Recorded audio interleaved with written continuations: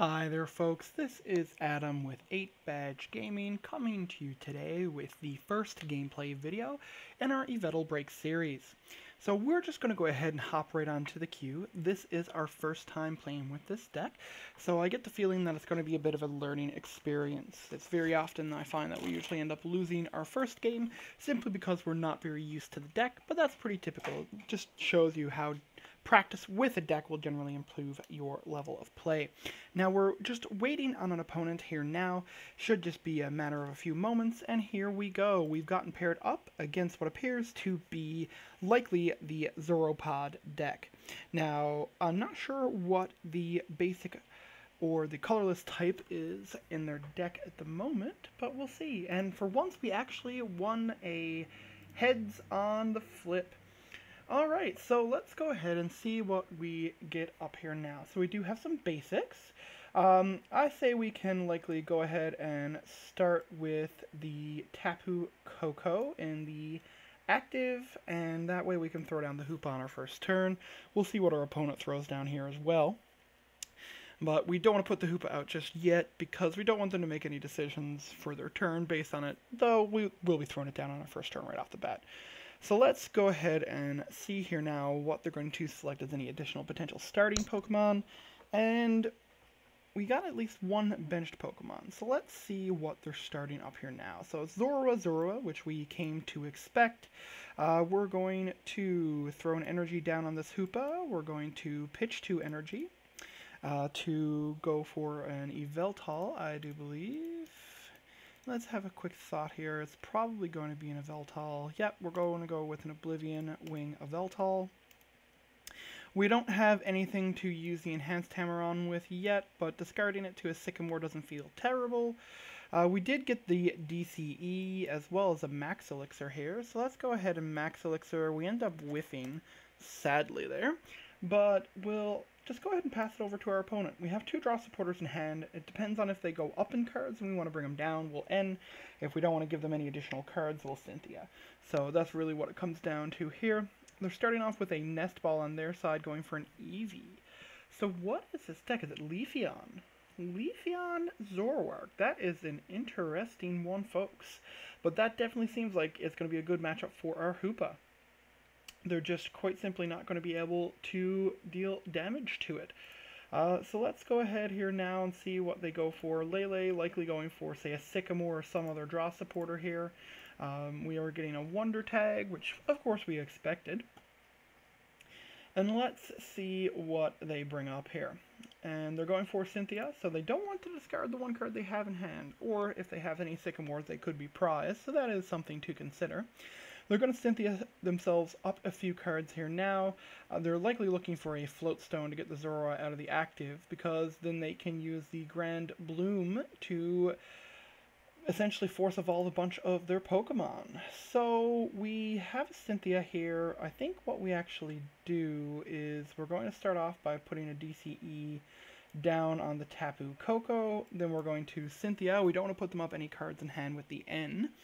So let's see what we end up with. We do get another Max Elixir and an Yveltal, so we do hit an energy this time. We'll put that onto the Yveltal. We'll lay down a secondary Yveltal, and we'll get in a flying flip here. We're not going to give our opponent any help getting their active out of the active, and getting some damage spread onto each of their Pokemon now means it's actually going to be a bit easier once we get Shadow Blade going on the Yveltal to get it up and running. And they have already pitched 2 Acerolas. So they did go ahead and Guzma up our Yveltal Healer, which we're totally not that miffed about, really. What we're going to be able to do here, they're only going to be hitting for 110 with a Solar Beam, so what we'll likely do is throw an energy down onto our active Yveltal.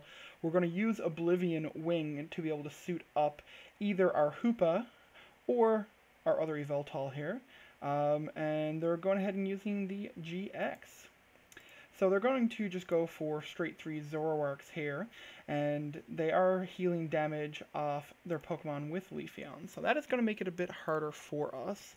So let's see here now. We actually got a Guzma. So what we can do here now is attach a DCE here, and we're going to Guzma up one of the Zoroarks, because it's going to be harder for them to retreat. Now, if they get the DCE, they're going to be good to go, and they do get a lot of card draw on their turn, but we're going to get a Super Psybolt in here, bringing it up to 100 damage on the Zoroark. So that means if we Cynthia into one of our choice bands, we're going to be able to kill the Zoroark next turn. And right now, where they've GX'd their entire board, they have quite literally nothing that can damage our Hoopa. So if we don't put any further benched Pokemon down this game, we cannot quite literally lose. And that's simply because they can, say, Guzma up at least 3 more times to put our current benched Pokemon into the active, but we'll never be able to let them take more than 3 prizes. Mainly because they're not going to be able to kill the Hoopa. So we have our opponents essentially in a lock here, and all we need to do is essentially attach just regular Darkness Energies to the Hoopa in case they end up going with a straight knockout or an Enhanced Hammer, for example. We see a Palpad putting some Acerolas back into the deck. They attach an energy to the Leafeon, and they're going to Mallow. So they're going to go for 2 specific cards here now. They're likely going for Acerola as one of them for next turn. What we're hoping is that our Cynthia is going to just be able to fill our hand with a choice band so we can take the KO. They're not going to be able to use the Acerola on this turn, or a Guzma, but I don't think a Guzma is where we want to be. So we're going to Cynthia. We're going to keep the energy in the deck for now. We're not going to actually put it down. We don't want to actually put it anywhere else right now. But we can throw down another Hoopa, but I think we'll keep a hold of it for now. So let's go ahead and we're going to, I guess, do another Super Psybolt. We're forced them to use the Acerola that they inevitably put on the top of their deck. I'm sad that we didn't get the choice band there, and we also didn't take the chance to actually see what our prizes were on our first search of the deck. So we are a little behind in that case there, but I don't think we're too upset about it overall. I think what we want to do next turn is potentially throw an energy down on our other Yveltal and go ahead and evolve it into a break.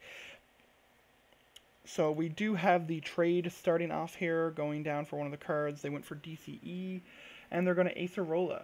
Now, they're going to be a little bit sad when their Solar Beam cannot damage our Hoopa, but they're going to have to try and get Zorua up to be able to KO Hoopas here, and they're just not going to be able to do it. Now, Breath of the Leaves is going to heal up a bit of damage here for them, but I don't think we're too upset about that, because we're not taking damage back.